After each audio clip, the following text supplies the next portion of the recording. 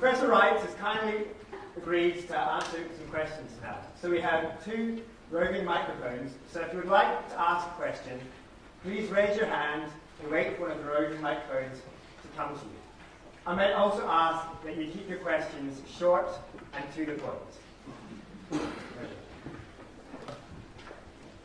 Thank you very much for your lecture. I speak within the Christian movement, but I'm slightly troubled. I hear in my mind's ear an equally eloquent Islamic scholar giving the same lecture for the first half, and then telling us about the importance of the paradigm shift that came in the 7th century. How much dialogue have you had with Islamic scholars? Yeah, great question. Thank you for that. I don't know if you all heard about what would I say with an Islamic scholar who would do the same first half of the lecture and then talk about Muhammad and the Quran and so on. Yeah, I have done more Jewish Christian dialogue than I've done Muslim Christian dialogue, but I have been privileged to do some Christian Muslim work and also some 3-way work with the movement called scriptural reasoning, which brings together Christians, Jews and Muslims. So I have a little bit of experience with that.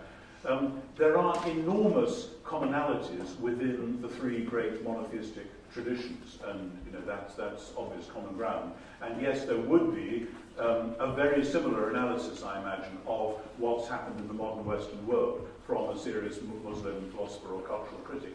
The question then comes down to the difference between, as well as the commonalities between, the Quran and Jesus. Because, of course, the Quran is the incarnational symbol for a Muslim. It isn't that the Quran is like the Bible. It is, as it were, the Jesus of that faith. It isn't that Muhammad is like Jesus. And so then there are questions about what sort of story are we telling, and does this story make the sense it should? How does the Muslim react to the Christian story? And of course the traditional way is by saying that Isa, i.e. Jesus, did not die on the cross and therefore was not raised from the dead. The Quran actually says more about Jesus' mother than the New Testament does. And there's all sorts of interesting things to explore there. And there are many moments in discussing with Muslims where you suddenly have this moment of recognition of saying, yeah, we say something very like that as well. Isn't that interesting? Let's explore it. But then when you do that, you come back to the same thing about really the character of God. And whether, because the reason the Muslims don't believe, of course, in the death and resurrection of Jesus is partly that would make it a final revelation and they believe they have a subsequent one, but also because it is something to do with the very character of God. That's why it says in Arabic, around the top of the Dome of the Rock in Jerusalem, there is one God and he does not have a son. And the sense of that kind of a numerical monotheism, which is radically and classically opposed to all Trinitarianism. The thing about dialogue, good dialogue, is that you can now see much more clearly where the disagreements and differences really lie. But hopefully with good dialogue, and I've been privileged to experience this, you gain enormous respect as well, and even affection. There's a wonderful sense of comradeship about this, even though at the end of the day you say, well, that's where we are. So that's the sort of discussion, and I wish we could have more of it, because it is, when done in that spirit, it is always fruitful and stimulating and challenging.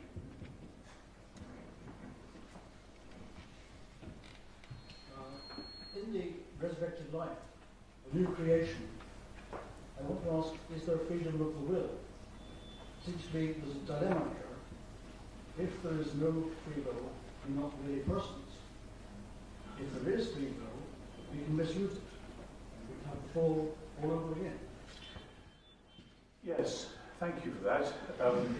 I know that there are some philosophers in the room. I'm tempted to hand it over to one of them, but perhaps that would be copying out. But freedom's a funny thing. When you fall in love with someone and decide to get married, you experience this sense of an amazing freedom to be yourself in a way you never knew you could be before. Simultaneously, you are choosing to curtail that freedom in all other directions, and that's part of the mystery of it. And I think there's all sorts of ways in life in which, when we are most free, doing the thing which makes us feel most free, we are precisely not free to be doing lots of other things. while I'm free to be drinking this, I'm not free simultaneously to keep my mouth dry. So all choices going one way mean we're not free in other ways. And I suspect that, therefore, if we elevate freedom, or in any respect, including freedom of the will, we're in danger of then creating something which we then have to edge round rather cautiously, as you did, and it generates problems. Rather than saying, actually, what would it be like to be able to love God and serve him wholeheartedly with every fibre of my being? What would that be like? Would I feel like a puppet? No, I don't think that would feel like a puppet. It is partly to do with the difficulty we have in conceiving a new creation which is both utterly physical and yet transphysical. There are mysteries there, and that's fine. We would expect to find mysteries precisely at that point. I hear the problem, as it were, as an intellectual thing. I find it difficult actually to feel it. It seems to me, I want to say, we will, what's Augustine's phrase, we will know and we will love. And there will be that great sense of freedom there. A different sort of freedom, maybe. Sorry, it's not a very good answer, but one of the philosophers present will tell me afterwards what I should have said. Yeah. Several questions back there. Maybe the microphones go to one and then the other microphones go to another and keep it speeded up. Yes. Hi, thank you very much. So I have a question about something you were saying about the laws of nature. So I think it's fair to say that one sort of assumption you need to make as a scientist, or a trust that you need to have as a scientist, is the idea that the way things have been in the past is the way that things will continue to be when it comes to formulating laws of nature. And I would guess that possibly one reason some scientists might be uncomfortable with the idea of the resurrection is the idea of this shift in history, this turning point, this sort of discontinuity in the way that reality is. If you're a cosmologist, you want to trust that the stuff you're studying as having happened 13 billion years ago is something that actually happened, and that you can have that continuity. And so I'm wondering if you can comment on that, or if you think that that's a legitimate worry. Yeah, it's a legitimate worry, but I mean, insofar as I understand what's happened the last 100 years in, say, physics and so on, then the great uncertainty principles come in, whether, as I said, quantum mechanics or whether Heisenberg's uncertainty principle, so the very act of observing something changes what it is. And the more I listen in on colleagues from those disciplines talking about what they do and what they know and don't know, it just seems to me the world is a much stranger place than we thought. And I very carefully said this isn't a matter of then opening up some gaps to put God back in, as it were, as though we believed in a God of the gaps, which I certainly didn't and don't. It simply means that already we know that the universe is much more complicated than, say, a physicist in 1850 might have imagined, where you could just say, we believe in things being absolutely constant and fixed and evermore shall be so. And the more you get to it, the more it looks as though it's not quite like that. At the same time, this is where I want to say that the resurrection is about new creation. That's to say, the renewed creation. That it isn't a cancelling out of everything you've imagined. It precisely isn't a return to chaos, as it were, but that it's a taking up of that which exists into some sort of higher order of which we have only vague hints. And I'm not ashamed of that, because it seems to me the whole New Testament is predicated on this extraordinary thing. The disciples were astonished. They couldn't believe it. Something new had happened, which nevertheless made sense in a new way of their world. So there were still all sorts of continuities, and they didn't go around saying, dare we take a boat because the laws of nature may have changed or we might sink or whatever. They carried on doing stuff, although they were aware that there seems to be a new power let loose within this same world as well. And describing that overlap of the new and the old is precisely one of the challenges which theologians have always faced, but for good reasons, I think. Who's next? Somebody over there?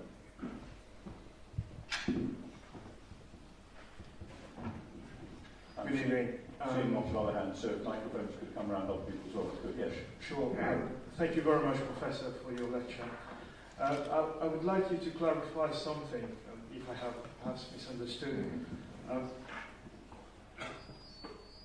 You have emphasized the event of the resurrection of Christ, and that perhaps that would be a way in which a point with which scientists would be able to grapple. What about the incarnation? Do you sort of, is there a distinction for you between the historical priority of the incarnation and the sort of doctrinal priority of the resurrection? And how does that fit within the broader question of scientists grappling with? Thank you. Yeah, great question. I invoke an old friend of mine, Bishop Stephen Sykes, who once said in my hearing, the trouble with theology is you have to say everything all the time, otherwise people think you've deliberately missed something out.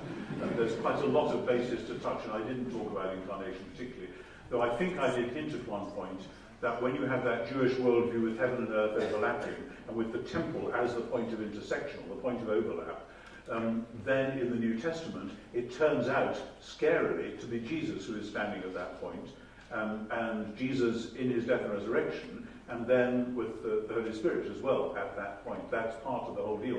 So that's how I would approach the theology of incarnation in the Old Testament. And it's about a story. It's not about a static divinity. It's about a God who's promised to do certain things, and who then, to everybody's horror and astonishment, because they never thought it would look like this, for goodness sake, they then believe that God has come back to do what in fact he said he would do, even though they haven't seen it like that till afterwards. So they weren't hanging around giving a checklist of all things God would do when he came back and sort of ticking them off as Jesus appeared. Far from it. But then here comes the point that it's very easy in the Western world for Christians to read the Gospels and say, there you are, is he divine, is he not divine? Yeah, we believe he's divine, we put a tick by that box. And the point is, as I've said once or twice elsewhere, is that the divinity of Jesus is the key in which the music is set. It's not the tune that's being played. The tune that's being played is what is going on through this person. It's not just a matter of is he or isn't he divine. It's if he is, what we're looking at is God himself coming to take charge of his world, but doing it in the most upside-down fashion. Instead of sending in the tanks to blast out the opposition, coming and taking the pain and the shame and the hatred upon himself in order to deal with it. So that as soon as you say incarnation, I think you have to go into that riff. Otherwise, it becomes kind of an abstract idea. When you do, you're then back into the questions of history and of resurrection and of all that goes with it. Thank you. Several other questions. There's one right in the front here, but as somebody who's got the mic back there, that one could come down here, second row. Thank you. Yes, up there. I have a follow-up to the first gentleman's question, except from the standpoint of a neutral observer. I imagine there are lots of people here that are neither Christian nor Muslim. You gave a description of some of the differences between the Quranic account of Jesus' life and the account given by the Christian scriptures. And I'm wondering if you could just sketch the beginnings of how you would go about in telling someone that they ought to accept the version in the Christian scriptures versus the version in the Quran. Okay, I think anyone who asks me that question, and people have done from time to time, I would say, please do read the texts, and please do read the Quran, please do read the New Testament. Read them with an open mind, read them with a readiness to hear what they're really saying, instead of just taking the bits that, happen to strike you in a particular way. But particularly the four Gospels. Matthew, Mark, Luke and John are four very different books, but they all kind of come rushing together on this extraordinary central figure. And though, of course, they raise dozens and dozens of historical questions, which I and many others have spent half our professional lives researching, they actually pose the question at that much larger level of faith and hope and beauty and meaning and all the rest of it. And like any great books, and yet transcending any great books, they themselves pose the question. So I would actually bounce the question back. I wouldn't try to mount a 19-step argument to say, follow this and it'll get you there.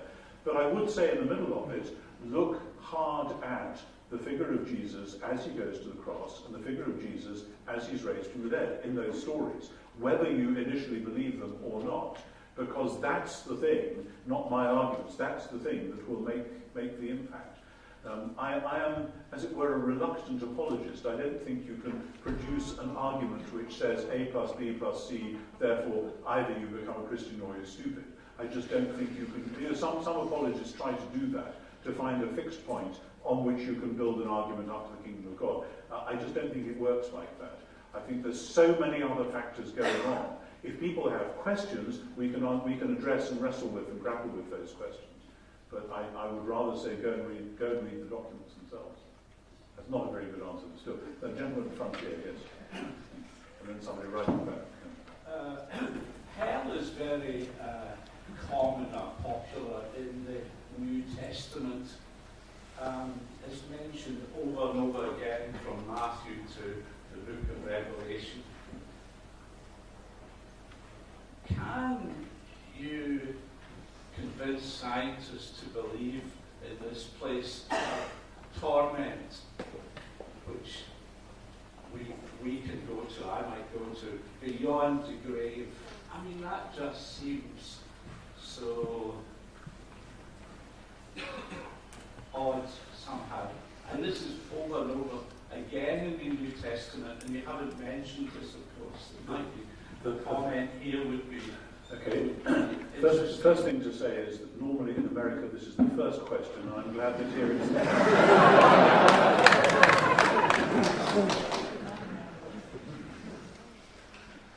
The language of hell, as in traditional translations, is, like many words in the New Testament, quite complicated. What you find in the Gospels, again and again, is Jesus giving a very direct and stark warning to his contemporaries.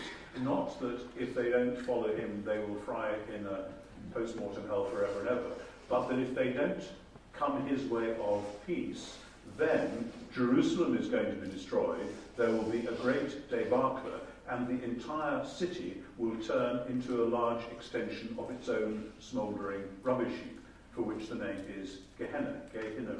One of the last times I was in Jerusalem, I was having dinner in a restaurant on the other side of the valley of Gehenna, and there was a fireworks display going on. I thought, don't you think I want to watch fireworks about Gehenna while I'm having my dinner? Thank you very much. But part of the difficulty is that since the medieval period, so much Western Christian thought, the Eastern Christian thought has not gone this route by and large, very interestingly. I can tell you stories about that. But so much Western Christian thought has taken that imagery, has dehistoricized it, de-Judaized it, projected it onto an eternal sphere, and then said, as you did, well, that's all about what happens to people after they die. So that many, many Western Christians, schooled on Dante, schooled on Michelangelo, etc., think that this is simply how you tell the story. Here's heaven, here's hell. The New Testament doesn't do it like that. The New Testament talks about heaven and earth, and God's kingdom coming on earth as in heaven. And Jesus again and again warns people that in the present, if they don't come this way, then there is a cataclysm coming up, which, of course, as the New Testament writers believed, and has happened, took place in AD 70, when those prophecies were fulfilled. You can see this if you go, for instance, to Luke 19, where it's very clear about not one stone left upon another, and so on. And some of the passages, I'm not saying all of them, some of the passages which are most often taken, unless you repent, you will all likewise perish, in Luke 13, I think is clearly a reference to the great military, social disaster that Jesus, it didn't take actually much prophetic insight to see that if the Jews of Jesus' day went on, as it were, poking the Romans in the eye, sooner or later Rome would come and do what it did to Roman subjects. And that is exactly what happened. What Jesus' prophetic insight was saying was that when that happens, this is the result of your long-term rebellion against God's actual purposes and his vocation to you to be the light of the world, etc., etc. That's a whole other area, but I think that has to be factored right in there. Now, having said that, a lot of the traditional pictures of hell are precisely what the 15th century recovery of Epicureanism was reacting against, just like Lucretius in the 1st century was reacting against the ancient pagan pictures of vengeful gods who are out to get you. So it seems to me that what happened is that in the medieval period they picked up again a lot of the old pagan ideas about these angry gods. And that's part of the problem, that the New Testament is not about an angry God, it's about a loving God. It doesn't say God so hated the world that he sent his only son. It says God so loved the world that he sent his only son. So that, of course, there are still questions. Back to free will again. Are we free to refuse? I think we are. Are we free to go our own way? I think we are. Are we free to worship idols? I think we are. But when you worship gods other than the one in whose image you are made, you are saying something about your own humanness. You are doing something to your own humanness. And it seems to me that the New Testament uses very vivid, classic first century language about what happens if you progressively dehumanize yourself by failing to worship the God in whose image you are made. So it seems to me that is something that actually we ought to know is a reality, because it's something that does happen. When people determinedly go their own way, they can actually transform their own humanness and maybe even destroy it. And it seems to me what we have in the New Testament is vivid language for saying something rather like that. That is just a very short note on a much longer thing. But just a word about the Eastern Christians on this. It's very interesting. Most Westerns don't even realize this. I was sitting curiously at the back of the Sistine Chapel in October 2008, waiting for a huge service to begin. I was one of the ecumenical observers for an event that was taking place. And the Greek Orthodox Archimandrite was sitting beside me.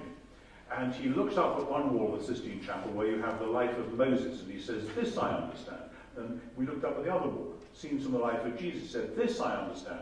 And then he pointed at the far wall, the great, wonderful Michelangelo Last Judgment. He said, "That I do not understand. That's not how we do it in Greece." And at that point, frustratingly, the Pope and the Cardinals came in. Our conversation was stifled, just at the point where I wanted to say, "Well, how do you do it?" But it seems to me there are conversations there which we Western Christians need to get into and explore other ways of talking about eschatology. Now, there was a question right at the back. Yes. Thank you.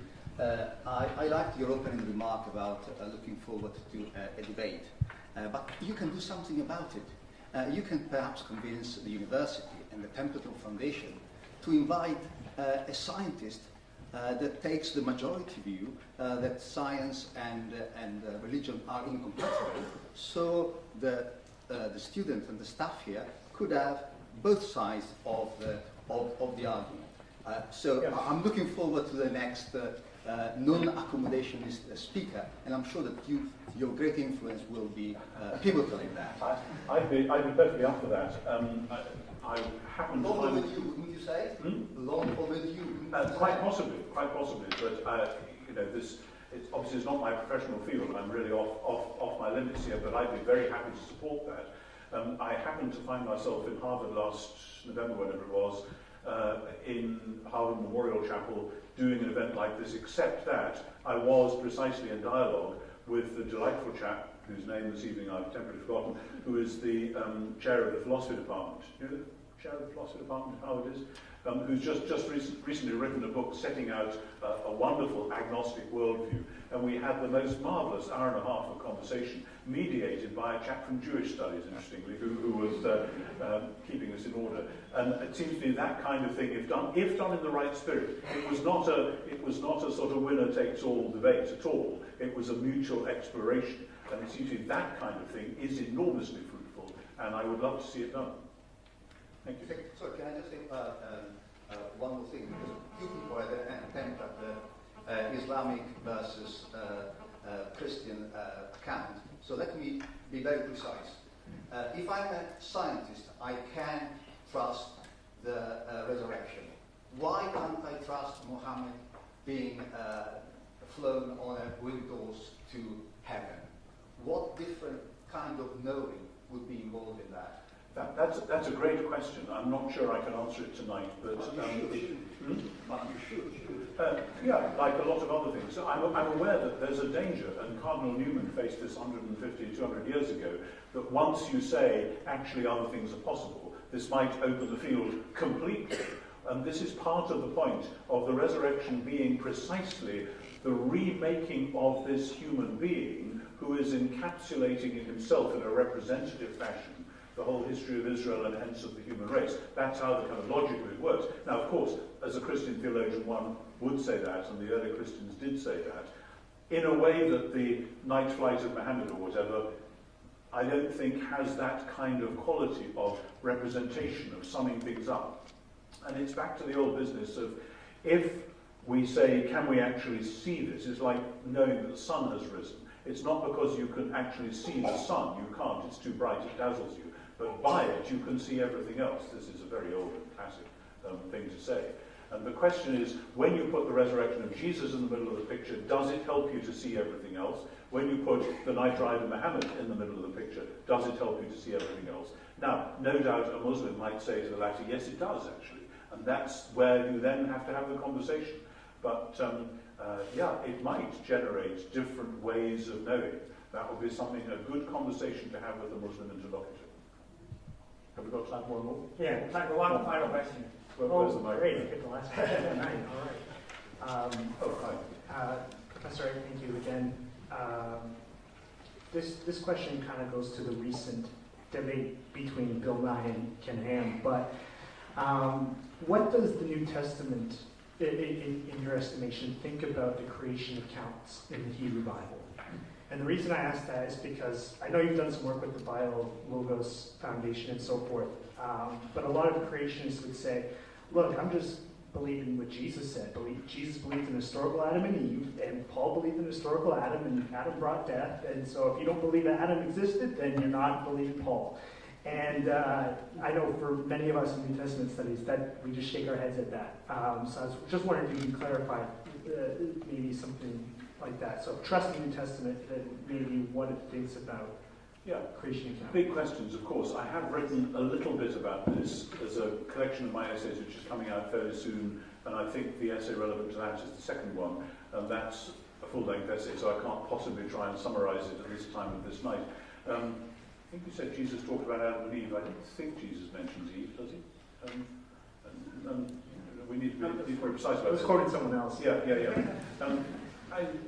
Very, very briefly, the first thing to say, I think, is that one of the fascinating things about Genesis 1 and 2 is that we have two different creation accounts, which, as they sit, are broadly incompatible. In the first one, you get the creation of all the creatures, and then, right at the end, man and woman. In the second one, man earlier, then the animals, and then the woman, or so it appears. And so the first thing I know when I read two stories sitting side by side like that in a single book is that neither of these are likely to be intended as a photographic, literal, video cam representation of what went on. What I think you have rather, and the Bible often does this, is two signposts. One signpost pointing like this, and another one from here pointing like that, because there perhaps aren't appropriate words with which you can describe the thing which sits in between them, the thing to which they are both pointing. And it seems to me that what's happened in the 19th century, and then particularly, and it got solidified in the fundamentalist modernist controversy of the early years of the 20th century in America, and then solidified particularly in the Scopes trial. I don't know if you guys know all about that, but you know, it's a phenomenon of American culture which could not have happened in any other country. I mean, it's quite serious. Nobody else was having that debate. Nobody else would have sent all the smart journalists from the East Coast down into rural Tennessee, where it was, in order to cover this trial. It was all about whether you teach creation, evolution, whatever, because that was seen to be a cultural flashpoint. And I think this is actually more important to say right now than to solve whether Romans 5 or whatever, is that this presents as a huge problem in America right now, precisely for socio-cultural reasons going back at least as far as the Civil War, and coming on into all kinds of culture wars issues that have gone on over the last 20 years, which have resulted in massive polarization. The trouble with that is that, as with any war zone, things get hardened up, and you're either for all these issues, or you're for all those issues. And any attempt to bridge the gap, like the Bio-Logos Foundation does, is seen by both sides as being dangerous and letting that I've had hate mail about it and so on. So that it seems to me, until one can contextualize those debates within the American context and the other places that are affected by them, then one can't even begin to get into them, because one can't be heard without all sorts of political and social overtones. Having said that, it seems to me that there are all kinds of ways of wisely reading, say, Paul in Romans 5 or 1 Corinthians 15, in his language about Adam, in terms, as I've argued elsewhere, that just as God in Genesis 12 calls Abraham and Sarah to be the launching point for his rescue operation, so there's no reason why, out of a very long, gradually evolving race of hominids, God shouldn't call one couple and say, now we've got a project to sort this mess out. I'm not saying that's necessarily how it was, but it seems to me that's a perfectly compatible way of looking at the two Genesis accounts and seeing that there might be something in between them, which we may not have good language for either, but which, about which something could be said, so that the false, and it's very positivistic, isn't it? The false brightness of saying there must be an Adam and Eve or all doomed, or there must not be an Adam and Eve or we're all fundamentalists. That just won't do. We should resist the false polarizations and cautiously explore wiser routes in between. Sorry, long and tedious answer for those who don't know about the American cultural context of this, but I think it is rather important. Yeah. Thank you. Will you please join me once again?